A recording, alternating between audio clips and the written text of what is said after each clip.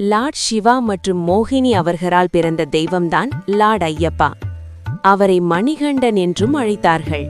ஒருநாள் ராஜராஜசேகரா காட்டில் அந்த தெய்வ குழந்தையை கண்டுபிடித்தார். அவரை தனது மகனாக வளர்த்தார். அந்த காலத்தில் மகிஷி என்ற அசுரி உலகை பயமுறுத்திக் கொண்டிருந்தாள். அப்போது இளம் வீரனாக வளர்ந்த லார்ட் ஐயப்பா அந்த அசுரியை எதிர்த்து போராடினார். இறுதியில் அவளை வென்று உலகத்தை காப்பாற்றினார்.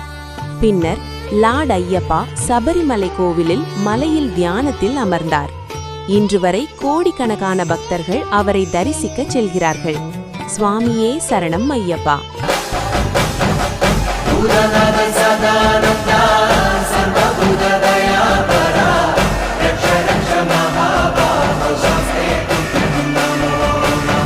வணக்கம் சுவாமிமார்களே, உங்களுக்கு இந்த வீடியோ பிடித்திருந்தால் நம்ம ஸ்ரீ ஐயப்பா சேவா சங்கமம் யூடியூப் சேனலை சப்ஸ்கிரைப் செய்யுங்கள். இந்த வீடியோவுக்கு ஒரு லைக் போடுங்கள். தொடர்ந்து நமது சேனலில் நமது பிரம்மஸ்ரீ சுவாமிகள் பேசக்கூடிய இதிகாசத்தை கேளுங்கள். சுவாமி சரணம்.